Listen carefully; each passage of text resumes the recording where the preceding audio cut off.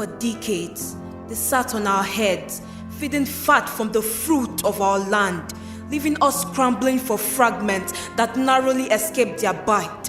With their pot bellies, they sat with their families, pressing us to the ground, expecting from us no sound. They saw our wretchedness and tagged it madness, ignoring our bad neighborhood and the rough ground we stood.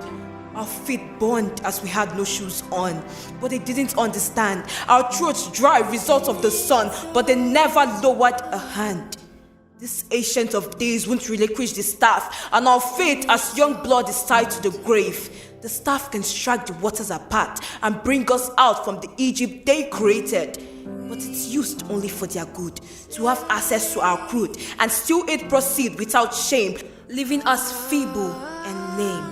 Our needs have no place in their plan. We are stuck in the deadly sand. Fear of being called paupers in our birth land has forced many into soiling their hands. But they came in human form to beg for power, and then turned shadow upon getting power. Same individuals who promised us listening ears now don't care if we get drowned in our own tears. So, for once in many decades, we raised placards, we refused to die in silence. They saw courage in our eyes. They felt threatened, extremely burdened, afraid of falling to the bottom. They raised guns to stop a simple march for freedom. The guns were not to scare us, but to kill us, and they killed us. Even when we carry no arms and bear no charms. Then, monsters they groomed unleashed mayhem, setting everything on sight in flames. The country stood doomed. It was overwhelming. They didn't see it coming. Cities were looted, neighborhoods flowed with blood. Then they started playing pilots. But who gave the damn order? Who are they? Faceless monsters that ordered the killing of youngsters.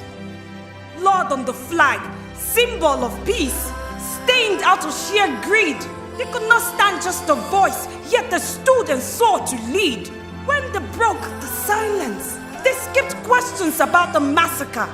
They smiled to the cameras and refused to lower their shoulders. They stood on the blood of the various casualties to brag about their dynasty, and then tried to use ethnicity, that ancient fallacy, to cover the atrocities.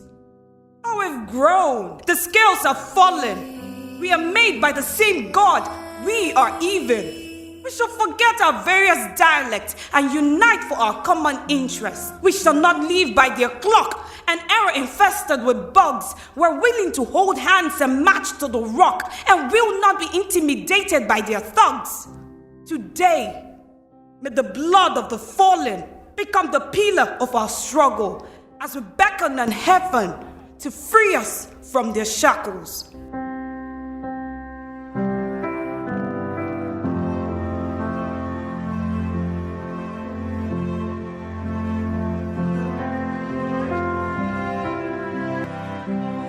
When it's over,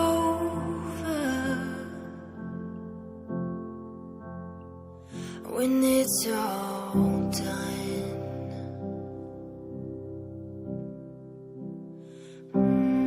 we say amen.